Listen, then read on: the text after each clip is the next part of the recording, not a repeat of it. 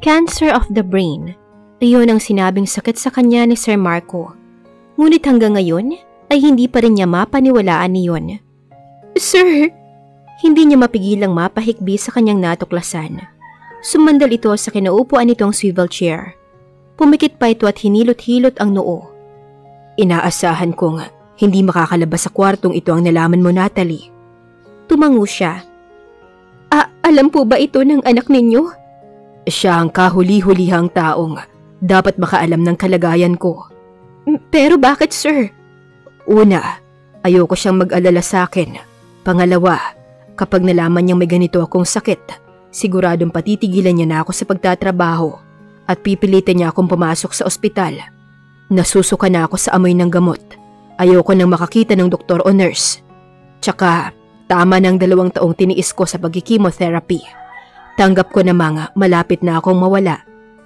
May awang naramdaman ng dalaga sa sinabi nito. Dama kasi niya sa itsura nito ang paghihirap. But on the contrary, humanga siya sa tibay nitong labanan ng ganoong sakit. Lahat na yata ng grabing sakit nakuha ko na. Naiiling na sabi nito. Okay na ho ba kayo? Worried na tanong niya. Sa ngayon, oo. Pero mamaya, bukas, sa makalawa, siguradong aatakin na naman itong sakit ko. Mapait na sabi nito. Hindi niya nakuhang tumugon nang marinig niyang tumunog ang telepono. Siya na ang sumagot sa tawag. Pero nang mag-hello siya, biglang nag-hang up ang caller.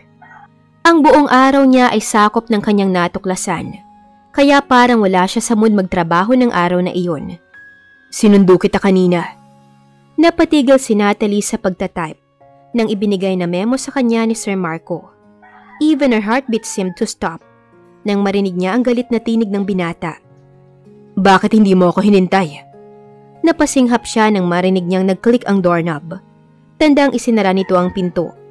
May importante kasi akong gagawin dito sa opisina, kaya hindi na kita nahintay. Katuwiran niya. Sinadya niyang huwag lingunin ito dahil natatakot siya sa magiging reaksyon ng kanyang puso kapag nakita ito. Lalo pa at parang tag price na laging nakapagket sa kanyang isip ang namagitang halik sa kanila. Importanteng gagawing ano? Ang makasama ang aking ama at may mangyari? Mahina ngunit mariing sabi nito. Otomatikong napalingon siya rito. Ang unang reaksyon niya ay takbuhin ito upang sampalin habang pinabubulaanan niya ang kasinungalingang sinabi nito. Ngunit napigil niya ang kanyang sarili. Wala naman kasing mangyayari kahit mag-react siya ng ganun. Isa pa, sigurado naman siyang hindi nito pakikinggan ang anumang sasabihin niya. Talaga bang ganyan ka ka-in love? At para dito niya pa sa opisina gawin ang bagay na yon? Mariing sabi nito sa bawat salitang binibitawan. Bagamat inaasahan na niya mga salitang iyon, nalalabas mula sa bibig nito. Pagkatapos ng ginawa niyang pag-amin dito, hindi pa rin niya maiwasang masaktan. Masyado na kasing below the belt kung husgahan siya nito. Ganyan na ba talaga kababa ang tingin mo sa akin? Casual na sabi ni Natalie. You don't expect me na ang katulad mong babae ay ilalagay sa pedestal. Kinagat niya ang kanyang labi upang pigilan ang tinitimpi niyang pag-iyak. Inisip na lang niya na lalo itong matutuwa kapag nakita nitong masyado siyang apektado sa sinabi nito. Gayunpaman ay hindi niya maiwasang magtaka. Bakit parang siguradong sigurado itong kaya siyang patulan ng ama nito? Wala na akong sinabi. Aniya, sabay kibit ng balikat.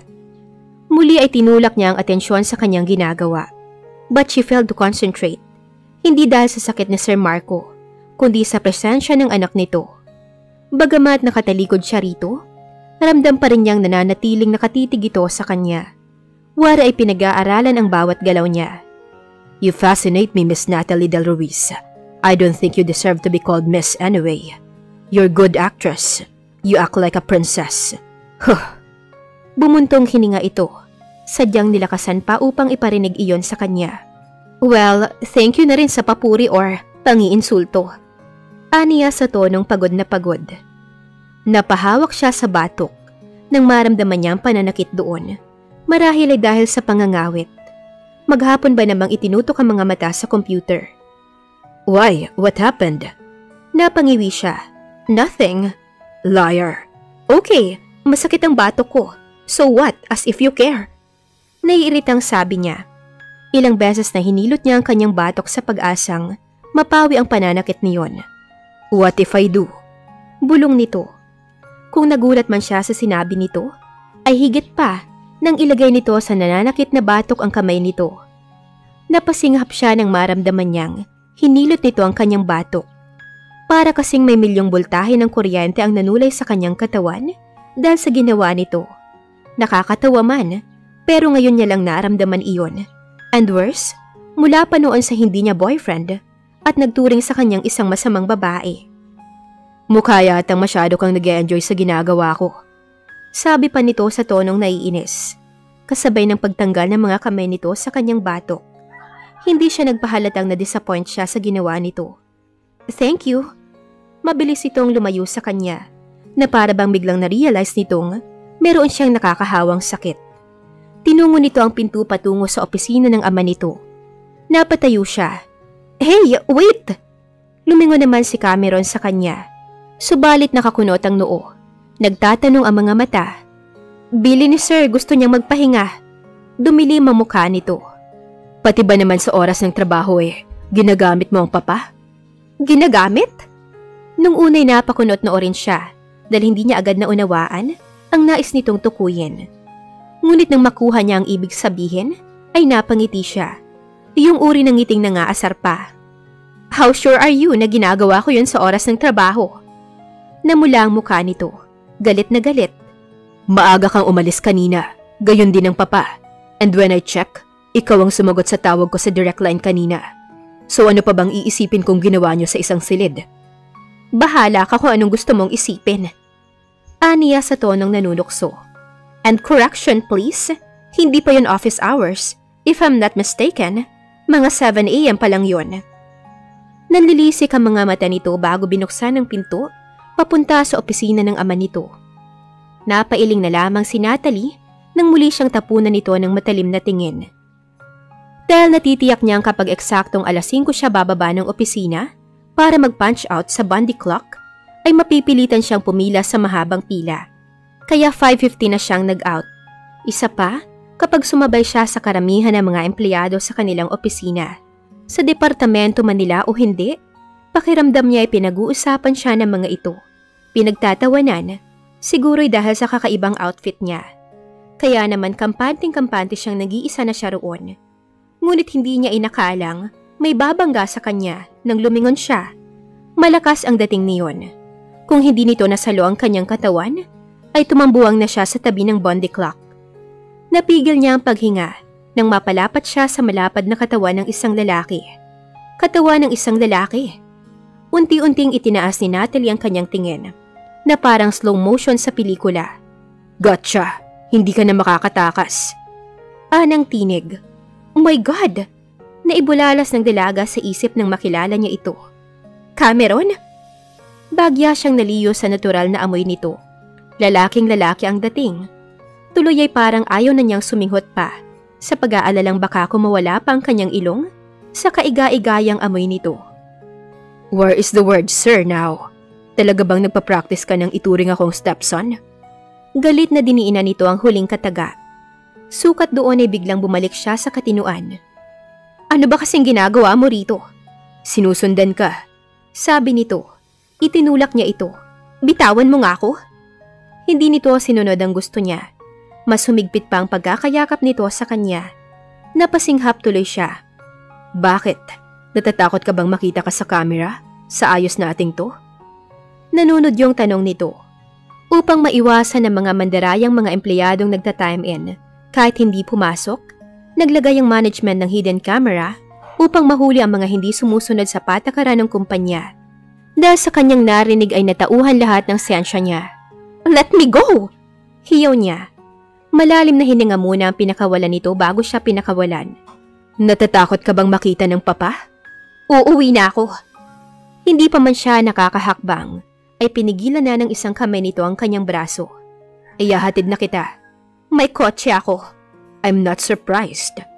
Matabang na sabi nito. Ganyan talaga kagalanting magregalo ang papa sa mga babae niya. Pinalis niya ang kamay nito. Nabitawan naman ito ang kanyang braso. Mauuna na ako. Wika niya. Kapag sinabi kong iyahatid kita. Naiinis na sabi ni Cameron. Hindi na niya pinansin ito. Humakbang na siya palabas ng building. Ngunit nanatiling nakasunod ito. Bakit ba kailangan mo pa akong ihatid? Sinabi ko na sa iyo ang dahilan. Huminto siya sa paglalakad at hinarap niya ito. Babae ako ng ama mo, hindi ba? Hindi ka ba natatakot sa maaari niyang gawin? Kapag nalaman niyang hatid sundo mo ang babae niya?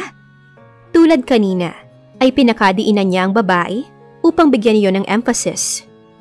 Inililigtas ko lang siya sa pwedeng mangyari. Anito sa tonong para ba siyang masamang tao. Don't worry, hindi ko kayang ubusin ang pera ng iyong ama.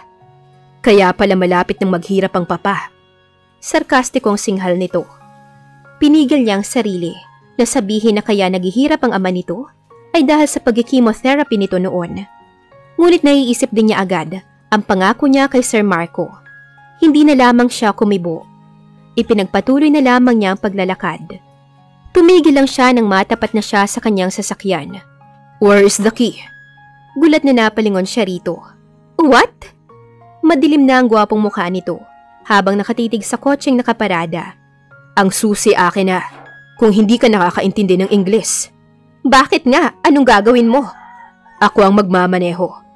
Marunong ako mag-drive. I said the key. Pasigaw na sabi ni Cameron.